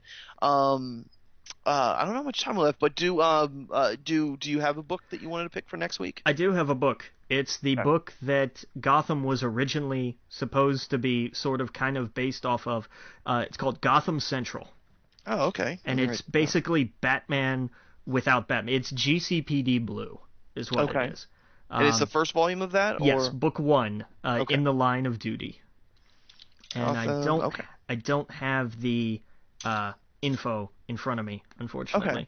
I'll find it. I'm sure it's on Comixology or whatnot. So yeah, no doubt. What's it about again? It's about that's what it was supposed to originally be based off the TV show? That was kind of the idea, was like it's about the cops in Gotham. It's about the GCPD. It's not about Batman. It's about everybody else, basically. Cool. I'm down to read that. It's hang on, I almost had it here. Where did it go? It is it's Ed Brubaker and Greg Rucka. That's right. Awesome. Okay. I enjoyed it. I want to go back and reread it, so this gives me that opportunity too. So absolutely. Very, very cool. Yeah, no, I love this segment. It gets me reading books that I might pass over. It's one of those, I've heard great things, but I just haven't got to it. This makes me do it, and exactly. I really enjoy it. Yeah, totally. Oh yeah. So, well, that's our comic segment. When we get back, we're gonna talk reviews. Got some video games and movies and TV shows and whatnot. So, again, you're listening to We Geek Podcast on the N.FM. See you in a minute. Welcome back to We Geek Podcast on the N.FM, and we're gonna talk about some reviews. Tell me, before we get into it though, I wanted to bring up. Did you know that Dark Knight 3 came out? Oh yeah, the Master Race. The Master Race. Definitely want to check that out. I picked it up, but I still haven't read it. I heard good things though. I may wait for that as a trade. You know what? That's probably not a bad idea. I think that to me seems like, because it's going to be a story, like it's not issue by issue building to something that will continue. It's like they took one of the Earth 1 books and just kind of broke it into segments. Is the way that I see it. So yeah. I'm interested. I'm definitely interested, but this is one where I'm for sure gonna wait until it comes out as one volume. Yeah, I don't blame you on that, man. That's probably a smart idea. Yep. We didn't really talk about it. Since we're in the review section, we got some time. Have you read any of the recent comics? Not lately. No, I'm trying to think of the last Like, I think the last new thing I read was a couple of Marvel number ones, Okay. and I Yeah, can't like even. I mean, I've read Extraordinary X-Men 1 and 2. It was pretty good. The new Hawkeye was pretty good, but you had to know what's going on. Deadpool, I recommend, was surprisingly really good. Vision. Yeah. The new Star Wars. There's a Star Wars comic crossover right now. Oh, that's right. They're doing their big thing. Right. It started with Vader down, and it was super dope. It was super cool. I mean, you really see all these characters now fighting, all in one area. What's really cool is you get to see the power of Vader, where like there's an entire army surrounding him, and they're like, lay down your weapons. There's no way you can do blah blah blah. And he's like, you're surrounded. And he was like, all I'm surrounded by is fear. And then what he does, he uses the Force and pulls all their grenade pins, and they all Oh, blow up. oh Spoiler man. alert. But yes, I was like, that is fucking awesome. I was like, because he just goes, I'm not surrounded. I'm only surrounded by fear, or something like that. He pulls all their pins, and he just walks off in the other direction. I was like, that is awesome. Because you get to realize how the Rebel Army just fears him. Like, there's none of them believe they have a chance when they go up against him, even when he's surrounded, because of stuff like that. Like, he can just boop and I'm done. And so like, it's really cool because like Luke and all of them, they're all after him, and Luke knows, like, when he realizes he's over there, he's like, I'm the only one that can fight this guy. I need to go over there. It kind of feels like Battlefront. Pretty much. It's exactly like Battlefront. If you don't have a hero there to help you, you're kind of screwed. Nice. Yeah, and so like it had some really cool moments. Like, it had Han wanting to rescue him and whatnot, and it was funny because he was like, "No, Leia, we have to go help him. He's Luke," and she's like, "No, we need to stay on the objective." And he's like, "What's wrong with you?" Like, so I don't know, but I thought it was cool. I read Vader Down, and then Darth Vader, which was the second part, and then I believe Star Wars is I don't know. There's a whole list of what you have to read, but it's a pretty good story so far. That might be one you just read in the trade when it comes out. Nice. Yeah. Um, Yeah, so no, I've been reading some comics, so they've all been good. All right, so yeah, let's move on. Did you see The Walking Dead? I did see The Walking Dead. How'd you like it? I was disappointed. Really? That was the Why? most lackluster because that was part one. That's what Yeah, that episode was. That wasn't a finale of any kind. That was a setup to a it finale. wasn't a finale though. But it's a mid-season finale. It's billed as a finale of sorts. We get And it back when in like 4 weeks? yeah, something like that. No, January? no, February. It's a Valentine's Day. Oh, okay. So Yeah. yeah, it's gonna be like 2 months pretty much. Yeah, and I was like, look, uh, I'm okay Um, with things being on like downbeats or not having resolutions, but this one was all set up for what's next, right. and it did it in a way. And I know, bear with me on this because I'll diagram this out for you, because otherwise it sounds like I'm complaining about it was what it should be, but it wasn't. It didn't set up the second half of the season. It set up like what should have been the second half of the episode. It didn't. Basically, it's doing what Arrow and Flash does, but Arrow and Flash completes it in 2 days. Right. We Exactly. saw Arrow, and then we saw Flash. We're gonna see Arrow tomorrow. We're gonna see the end of that little story. Exactly. It's like this was the first half of a 2-hour episode, but we don't get the next hour for 2 months. You know what? I totally agree with you. Like that was the only thing about it that bummed me out. I thought it. I don't know. I guess I'm a little. I thought it was I thought it was a good episode. I guess I'm just taking a more positive look on it. Oh, by the way, we're getting this crazy spoiler stuff. But there was one part. It's not a spoiler or anything, but that I just squealed like a fanboy. Did you see what the figures were on that kid's stand? The Legos No, what were they? and all the Invincible characters. Oh, okay. Yeah. Yes. Oh, I hope they're Nice. teasing Invincible. Robert Kirkman, if you don't know, he wrote Walking Dead and Invincible. Invincible is his comic book story. Invincible is a lot more lighthearted, but it gets dark. I mean, it's Image Comics, so they can go there. It's lighthearted for the first volume, and then it gets like, oh crap, like now this is Robert Kirkman writing, and apparently people rave about it. People say to this day it's still top notch. It's one of those things where Walking Dead was such a huge success, it's being looked over. and I think it's just because it's not made into a film or TV franchise. If AMC gets their hands on that, which I'm sure they will, that's a must do.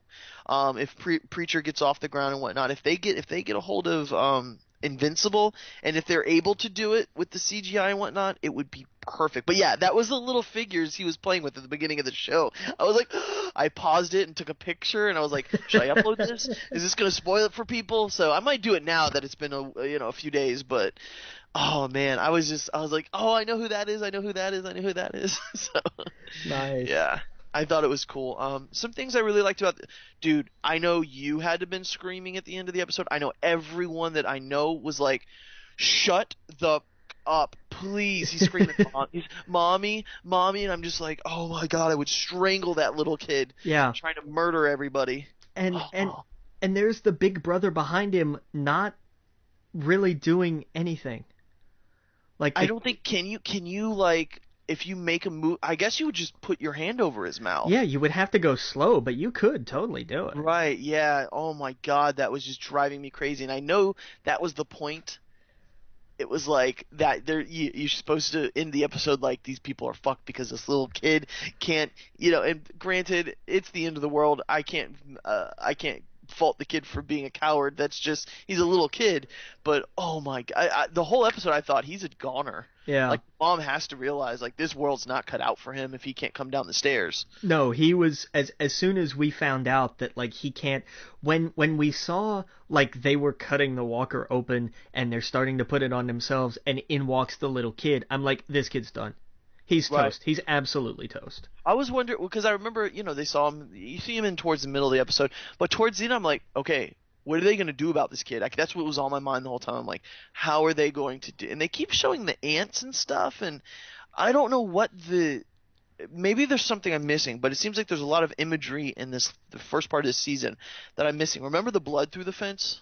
Well, I mean, I think that was I think it was all that, and the ants were all kind of a thing of like they're going to find a way in. Oh, I think that's okay. what it was, and that makes sense. And lo and behold, that's what happened. We right. They're gonna knock over the tower, and here we go. Right. Now, did you see the thing that played during the first break of the Badlands? Into the Badlands. I bounced off the ceiling. I had to be tied down at the very end. I'm like, say the name, say the name, say the name. And then finally at the very end of it, it's like, all this belongs to Negan. Yeah. Like, yes, they said it. They said the name. Yep. So man. We're setting up the second part of the season. I hope that lasts a while. This is going to be, that's going to be next season. Yeah. Like the whole thing is going to be next season. It might be 2 seasons. Yeah. It's going to be for a while. It's because, I mean, we have... It's going to be 3 or 4 seasons, I'm thinking. I don't think it's going to take that long. No, I mean, have you still reading the comics? I know, like, I'm up to the break. I'm up to the time jump. I mean, you have all of the stuff that happens when they first meet him. Then you have all the stuff that happens when they're like prisoners. Then you have all of the wait, we're getting into spoilers we shouldn't talk about. Well, like there are segments, like this is a long arc. Okay, you get into the all-out war and stuff like that. Right. That's all I'll say, and that lasts a while. And then I won't go too far after that, but you get into a lot of stuff. And by prisoners, by the way, I don't mean Rick's group. So you'll see what I mean by that when we get into it. But there's a lot of stuff. I could see it running 3. They could stretch it to 4, but you start running into farm territory there. Like they were on that farm for a whole season, and that was too long. Yeah, but it's been years. They've been doing Negan for years in the comic, and by the way, it's still happening. I'm still I'm still trying to think about like how they would do it pacing wise. Right. But there's life after Negan. But I don't want to get into spoiler territory, but it's still there. Yeah. It's still an issue. Especially with the last issue of Walking Dead, it's right there. This is all still there. So I don't know. I know I'm being vague about it because I don't want to spoil or anything. Who's not caught up, but it's. I see whoever plays Negan being a big part of the show. Jeffrey Dean Morgan. Yeah, from here on out, he's going to be a big deal. Um, so yeah, oh man, I cannot wait. It's gonna be awesome, and I know they're gonna hold on him until the end of the season. Yeah, That's gonna that's be what I'm his thinking. big reveal and his impactful reveal. However, whatever it is exactly that happens, there's one. I'm sure there's only one detail of that they're gonna change, and it's Oh not yeah. gonna it's not gonna be what or how. It's gonna be the who. Yeah, I think it's going to be the Who. And here's the thing. They've been fantastic about not following the comic verbatim. Oh yeah. Oh They've been yeah. fantastic, like for the governor, they've been fantastic about introducing them. Some things are similar, a lot of things are different. The people who die are different, the people who survive are different. So that's why moving into this, I think that the people who live are going to be different, the people who die are going to be different, the situations are going to be different. It's going to be it's going to be written for television, not for the comic. the dialogue is going to be different.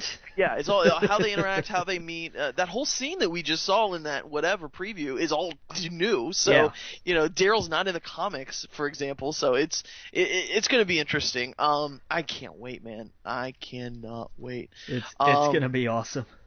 oh yeah. Now we've spent a whole segment talking about Walking Pretty Dead. much. What should we talk about real fast before we go to break? Is there anything Uh, brief you want to mention? uh, I got a few things if you want. Go quick. Okay. So, I purchased Final Fantasy X and X2, for PlayStation 4 because it was a $20 sale. And I love it. There's not that many games like that anymore. That old school JRPG, except for two games that I'm getting tomorrow that I found out are backwards compatible for the Xbox. One of them is South Park: Stick of Truth. Yes, So I'm going awesome, to play that. excellent, The other game I'm picking up is Mass Effect, which I want to dive in. I have played a little bit of. I want to get into that game. nice, Yeah, very have you ever nice. played it? Bits and pieces. Like Yeah. Mass Effect and I have a weird relationship, but Stick of Truth was amazing. That was such Yes. an awesome game. It was such a South Park game. It was gorgeous. I loved it. Yep. I dived into it on the PC a little bit, but I want to sit down on the couch with a controller and play it. So, but Totally. we'll be right back. We got a lot more to review. Again, you're listening to We Geek Podcast on the N.FM. See you in a minute. All right, welcome back to We Geek Podcast on the N.FM, and we're going to finish up our reviews in this segment, and then we're going to go for the evening. We'll get into it, man. What did you think of The Flash? I love the Flash. I loved well, and we should say the Flash slash Arrow, because Oh, yeah. this week they're doing their 2 hour pilot for Legends of Tomorrow, basically. Yeah. And I'm digging it, man. I'm digging it.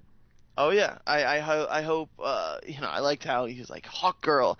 I hope Hawkman doesn't throw a wedge in between them. Well, I think that's yeah. Yeah, I like Cisco's relationship with her. I think the fact that it won't work out is character building for Cisco. Yeah, that's true. That's true. And then he'll get someone. I don't know. Yeah, I mean, yeah. Um, but yeah, I thought it was cool. I thought it was fun. I thought they introduced a really good bad guy, one that like, you know, they can't handle right now. I love Vandal Savage. Yep. I was so glad when I was like, okay, so what's their villain gonna be for this? And they're like, Vandal Savage. I was like, yes, Yeah, and see, yes. I'm more Marvel. I'm not that big into DC. Uh, So ten I've heard of, thousand year old immortal he's been the kingmaker for basically all of human history. mhm. He's learned how to do everything. He's brilliant. He's ruthless. He's awesome. Right. There's a And little bit of things that I don't understand though. Like, I get he's great swordsman. He can throw swords and throw whatever. It's almost like he can stop time though, and I don't think maybe they were ex- they didn't explain anything. It no, just it seemed like he had powers right. He's when it came he's to a that. little he's a bit mysterious, and they alluded to that a little bit. The whole idea of like, no, this guy's we can handle science, but with the mystical, magical mumbo jumbo stuff, we need a little other help. Right. And I loved the line like, "Is that the only way you guys can enter a room?" Yeah, I love that. Is that the only way he enters a room? And I love how self-aware it is. Oh, totally. They fully like this is the only way you can enter the room, or like the relationship stuff. They're just like, what's going on? At first I'm doing I thought just having powers would be a problem, but now I'm fighting sharkmen and gorillas, and it's just it gets so weird, and I love it. I absolutely love it. Totally. Yeah, there's not Flash and Arrow, they just go hand in hand together, and I don't think there's nothing else like it on TV, and there's nothing else that really gets me that excited. I'm more excited about seeing Flash than I am Walking Dead, and that says a lot.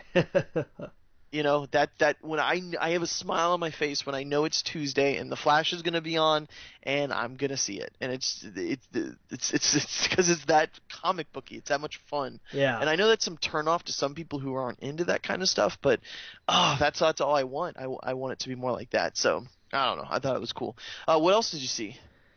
Well, I think that's it for TV. I'm behind on everything else, basically. Hey, let me talk about a show I saw. I saw the first few episodes of The Man in the High Castle. Have you seen this? Ooh, I've seen the ads for it. It looks interesting. It is. It's an Amazon TV show. There's 10 episodes. There might be a season 2. I was watching the first season though, and it's really interesting concept. Where basically, and I'll spoil the plot of it basically for the first episode or two. I won't go too far into detail for you not to watch it, but you pretty much got a lot of it from the actual previews and whatnot. Basically, it's a world where we lost World War II, where the Nazis dropped. Nazis and the Japanese dropped bombs in DC and conquered the United States. And so this is a few years later, maybe like 10 or 15 years later, and the West Coast is controlled by the Japanese, and the East Coast is controlled by the Nazis, and there's growing tension. There's an upcoming war now going. It's just inevitable. It's the Cold War between the Nazis and the Japanese. That's interesting. Just how there was a Cold War between the United States and Russia. It was bound to happen. It's bound to happen with these two big powers. And the big thorn in it is that there is, of course, the resistance. The people in the United States who don't want none of it. They want their country back. Basically, there's two people. There's a girl from the West Coast, a guy from the East Coast. They're meeting in the middle of the country on this secret mission.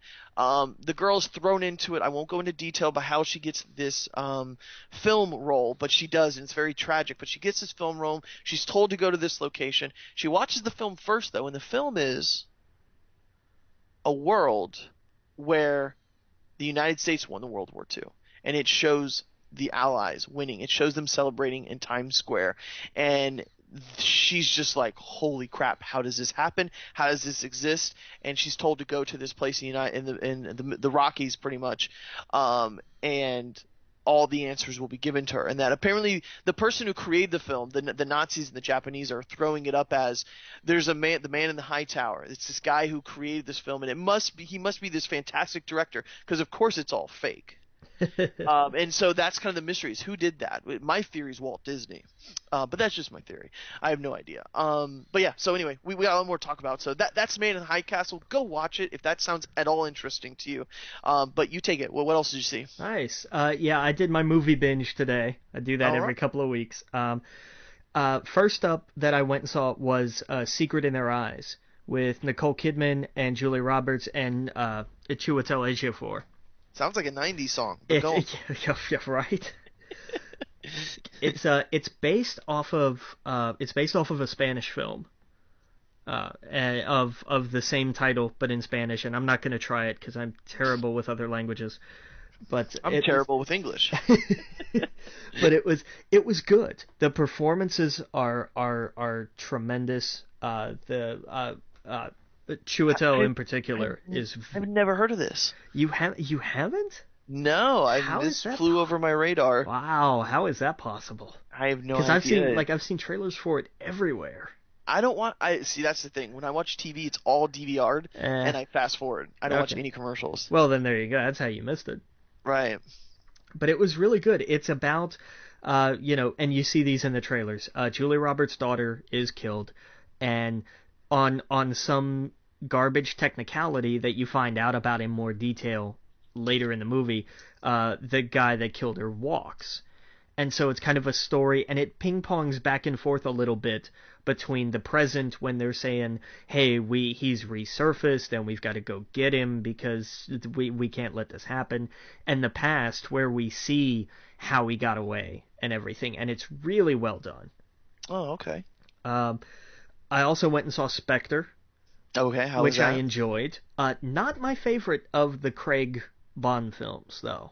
Okay. But that's, again, still a high quality movie. A good Bond film. Not one of the all time greats, but Is it because Batista's in it? Batista is used exactly how he should be. He's the muscle. He has exactly one word of dialogue. Oh, that's cool. It's exactly one word, and he's in it.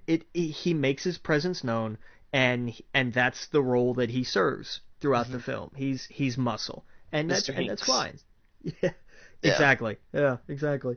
But a good movie and a good ending to it too. Like there's no dangling any of this, any of that. There's an ending to the film.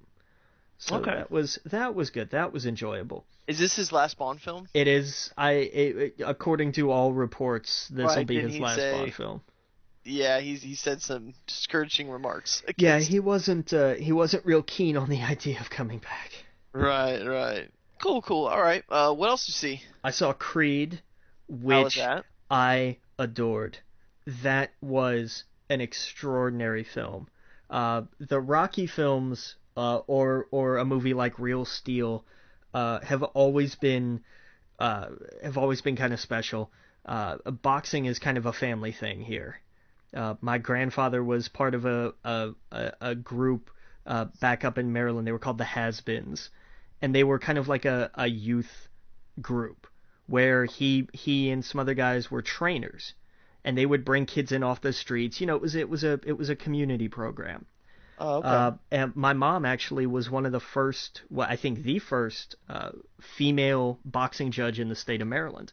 Oh, wow. So it's and yeah, my grandfather's in the Maryland Boxing Hall of Fame for all of his work Oh, nice. That's as a awesome. trainer and everything. So it's kind of a family thing. The Rocky movies, even the ones that maybe not quite the best movies in the world, Right. were always really special to me in Okay. particular. But Creed is a phenomenal movie. Oh, wow. See, I Yeah. never heard nothing from it. It So, is absolute. Michael B. Jordan is just Right. incredible. He nails everything that you want from that role. He's not he's not being, spoiler alert, he's Apollo Creed's son. That's the whole point. Right. He grows up knowing privilege, but it doesn't go to his head. It's exactly how you would want somebody like that to turn out. To Right. say, yeah, I understand hard work. I understand what it's like to have it easy, but I still value, you got to fight.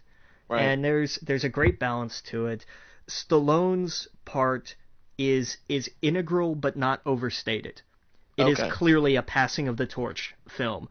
And the one thing that stuck out to me, the cinematography is incredible. Yeah, I heard there's a really good one-shot scene. There's a couple of them. Okay. They are magnificent. It's some of the best camera work I've seen in a long time. Okay. So that was fantastic. Awesome. That's one I would recommend put up on your list. Everybody go see Creed. It's a fantastic movie. Okay. Awesome. Yeah. And one other movie that I saw, and I'll do this quick because I know you want to talk Tomb Raider, and that's worth talking about. I'll be the one person on planet Earth who will defend Universal's failed, pulled, how did you talk somebody into letting you watch this in a theater, Gem and the Holograms. Okay, go ahead. I enjoyed it. I understand why people don't like it. The entire synergy subplot of it does not work. It should be scrapped. And the core of the movie, a coming of age story, is solid. And if they tweak that and they got rid of the whole synergy subplot, it could actually be a decent movie. What do you mean by the synergy subplot? The whole thing with the little robot, that everything to do with that can go. You can get rid of that. Like that, and it takes up time from the movie, just like this is doing from the podcast. But I wanted to just throw it it's out fine. there. I'll probably get more into Tomb Raider next week anyway. Yeah, so but I it's mean, all good. I enjoyed the movie, and I saw, like, look, it's not a good movie. It's not. It's a terrible movie. But I can look at it and see where they were trying to go and where they could have gone and what should have happened. So. Yeah. Okay. Well, that's cool. So there you have it. I'm sure Jim and the Holograms will be on Netflix or DVD soon, so we'll be good. But yeah, man. So that's it. We'll be back next week. We'll talk all about PSX, and I'll talk about Tomb Raider and my time with Mass Effect, because I'm going to be getting into that. I also played like Super Star Wars, like from the Super Nintendo, basically on the PlayStation, and we'll talk about all of that. And but yeah, we'll get on to that next week. Again, of course, you're listening to We Geek Podcast on the N.FM at 9 p.m. Wednesdays, and you can find us on our Facebook group, the We Geek Podcast Facebook group. There's one you can like and one you can comment on. Go ahead and do that. You can send us an email. It's wegeekpodcast@gmail.com. Same with our Twitter at WeGeekPodcast. Mine is at Adam Estep. My PlayStation name is Addy Adams. Go ahead and add me. And Logan, tell us what your Twitter and stuff is. At the Logan Witt, WITT. There you go. And yeah, man, we'll be back next week. I can't wait to talk about PSX. I'm excited about what's coming out. I want some first-party games. So, again, that's We Geek Podcast and Captain.